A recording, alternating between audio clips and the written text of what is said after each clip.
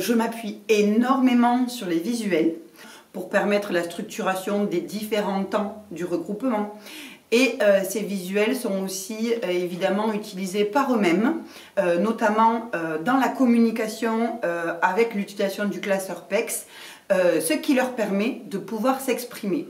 Ça, c'est la priorité du travail qui est mené sur l'UEMA, car un enfant qui n'arrive pas à se faire comprendre est un enfant qui présente forcément des difficultés de comportement. Donc la première chose que l'on travaille, c'est le développement de cette communication, de permettre à l'enfant d'exprimer ses envies, ses besoins, et c'est aussi un merveilleux outil pour rentrer en relation avec l'enfant. Car tout ce travail de relation est en fait un levier pour nous pour trouver pour créer chez l'enfant une motivation à apprendre. Donc ces outils, ils sont préconisés par les méthodes qu'on utilise, donc la méthode ABA, l'éducation structurée et le PECS, les moyens augmentatifs et alternatifs de communication. Donc parmi ces outils, donc, ce qui découle de l'éducation structurée, ce sont les emplois du temps. Donc on aide l'enfant à anticiper, comprendre l'activité à venir, ce qui lui permet de pallier son angoisse éventuelle à qu'est-ce qui va se passer après. Ça lui permet vraiment d'anticiper les choses et ça permet d'augmenter sa coopération. Il sert aussi dans l'autonomie dans les déplacements. Ensuite, on a donc les moyens augmentatifs ou alternatifs de communication avec le PECS qui leur permet de faire des demandes. Donc ça entraîne vraiment la communication. Le premier objectif, c'est augmenter la capacité de l'enfant à communiquer. On n'est pas dans un objectif de langage verbal dans un premier temps. On apprend vraiment à l'enfant à s'adresser à quelqu'un via le picto. Donc, on leur apprend à prendre le picto, à le tendre vers l'interlocuteur. Et c'est vraiment ce geste qui signifie « je m'adresse à quelqu'un, je te demande quelque chose ». Et là, on est vraiment dans la communication non verbale et pas tellement dans un objectif de développement du langage oral. Sauf que, à partir d'une certaine phase du PECS, on va avoir cet effet de développement du langage. Pourquoi? Parce qu'une fois qu'on va en être à pas seulement tendre un pictogramme, mais mettre le pictogramme qui correspond à l'objet désiré sur une bande phrase avec en premier « je veux », un petit picto avec marqué « je veux », ensuite l'objet en question. On fait tendre cette bande phrase à l'enfant et on l'incite à parler. Et c'est l'aide visuelle des pictogrammes qui va faire que l'enfant va être incité à parler. Donc ça va inciter le langage oral.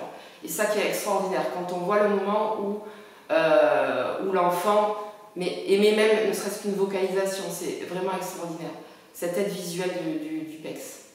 Ensuite les outils, on en a beaucoup d'autres. On peut avoir l'économie de jetons aussi, qui permet de motiver l'enfant à faire un effort pour faire ce qu'on lui demande de faire en séance de travail par exemple.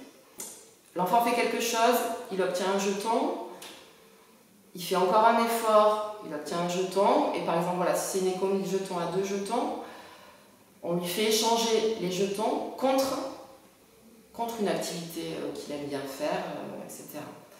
La phase 2, c'est simplement l'enfant a un pictogramme en face de lui, il doit le prendre, le tendre et le lâcher dans la main de l'adulte.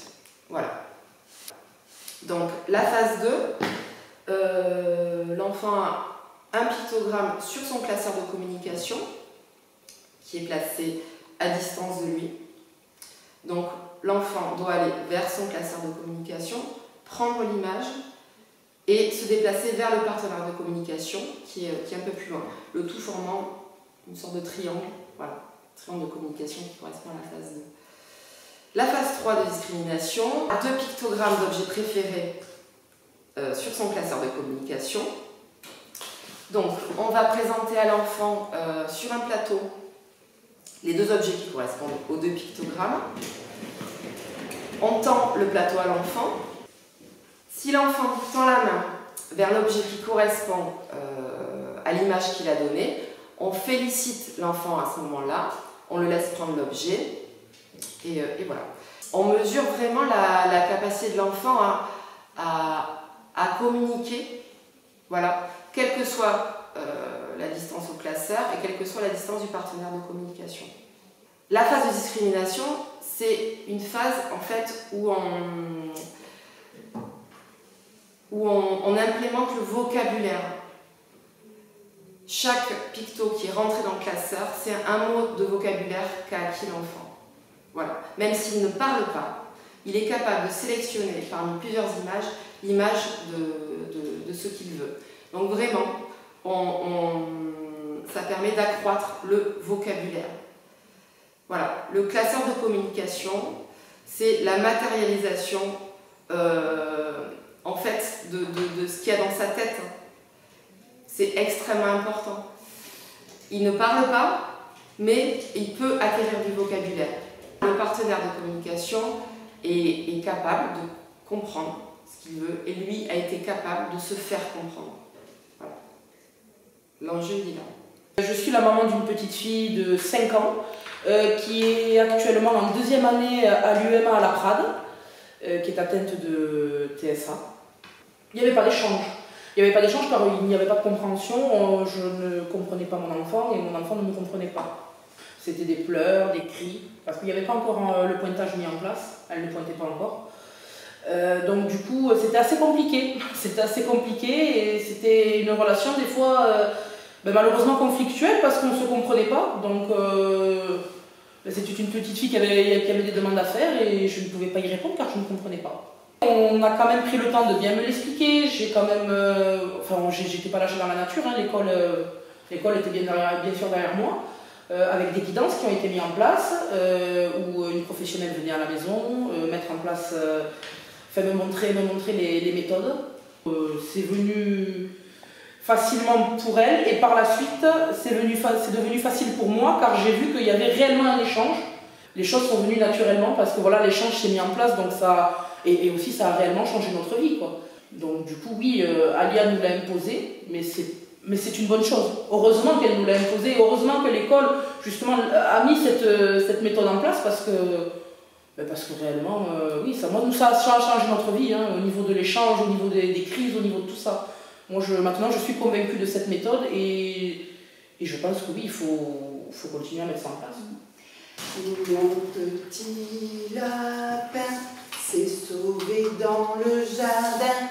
Cherchez-moi, coucou, coucou.